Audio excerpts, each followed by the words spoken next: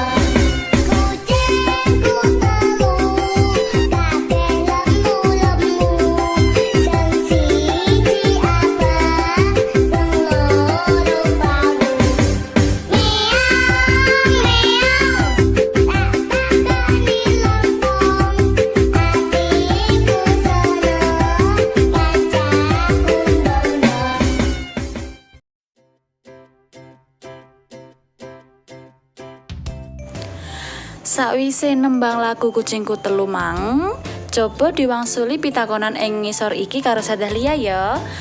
Sing pertama, kucinge ana pira, Cah? Ana 3. Pinter, saiki nomor 2, warnane kewan mau apa wae? Yaiku klawu karo abang. Sip. Saiki nomor 3, kepriye unine kucing? Ayo sapa sing ngerti unine kucing? Pinter, meong meong, miau miau. Nomor 4, ning tembang iku mang kucinge dipakani apa ya? Iya, pinter, dipakani lontong.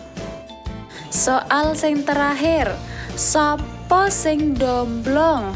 Ning tembang iku mang sapa cah sing domblong? Iya pinter, koncoku. Nah, wis kejawab kabeh ya pitakonane. Aja lali disalin nang buku basa Jawamu. Saiki lanjut tembang dolanan sing keloro ya.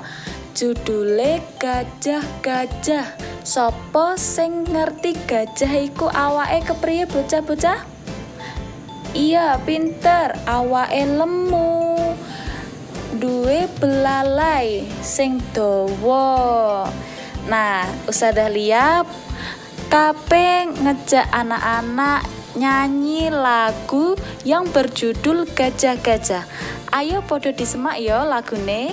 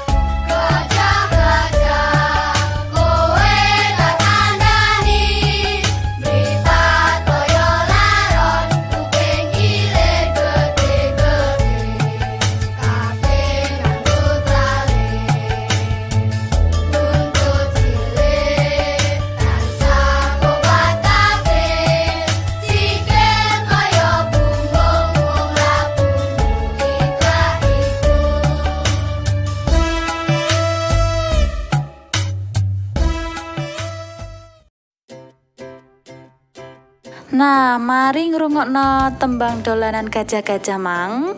Saiki wangsulana pitakon ing ngisor iki karo Ustazah Lia ya. Soal nomor 1. Kepriye matane gajah? Pinter. Kaya laron. Saiki nomor 2. Sing amba apane?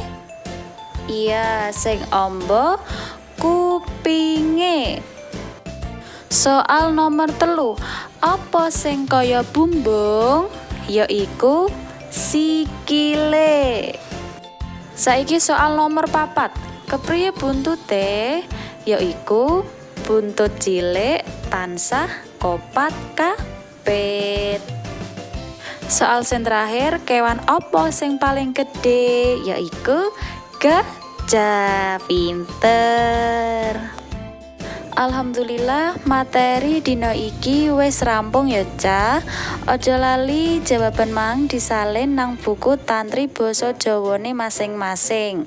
Sekian dari Ustazah Lia. Tetap jaga kesehatan ya. Wassalamualaikum warahmatullahi wabarakatuh.